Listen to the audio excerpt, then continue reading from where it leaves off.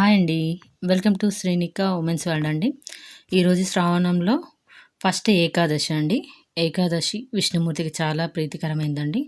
ఈరోజు శ్రావణ తొలి ఏకాదశి అండి. రెండే వస్తాయి ఈ మంత్లో.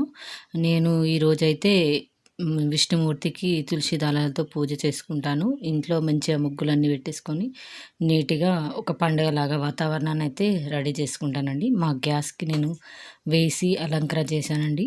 మనకు స్టవ్ వచ్చేసి లక్ష్మీ స్వరూపం అండి. కాబట్టి ఇలా నీట్గా ఉంచాలనేసి నీట్గా అంతా వర్క్ అయిపోయిన తర్వాత ఇలా నీట్గా నేను రెడీ చేసేసి పెట్టేసుకున్నానండి. ఎలా ఉందో నాకు కామెంట్ బాక్స్లో కామెంట్ పెట్టండి. మన యూట్యూబ్ ఛానల్ వచ్చి శ్రీనిక ఉమెన్స్ వరల్డ్ అండి. నేను విష్ణుమూర్తి పూజ చేసుకున్న తర్వాత లాస్ట్ పిక్ అండి. నేను ఇది లాస్ట్ పూజ అయిపోయిన తర్వాత నార్మల్గా తీశాను.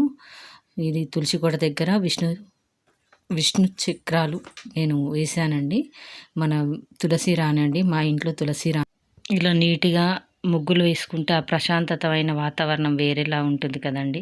నాకైతే ఇలా ముగ్గులు వేసి ప్రశాంతంగా నీట్గా ఉంచుకోవడం చాలా అలవాటు అండి.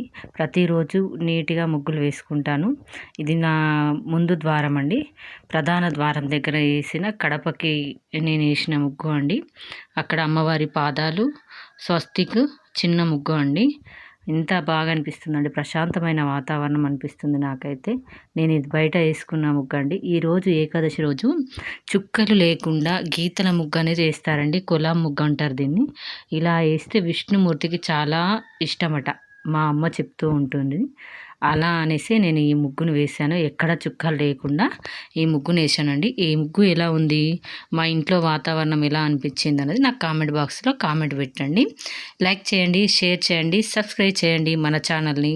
మీరు ఇలానే చూస్తూ నన్ను ఆదరిస్తారని అనుకుంటున్నాను. థ్యాంక్ యూ అండి. Thank you very much.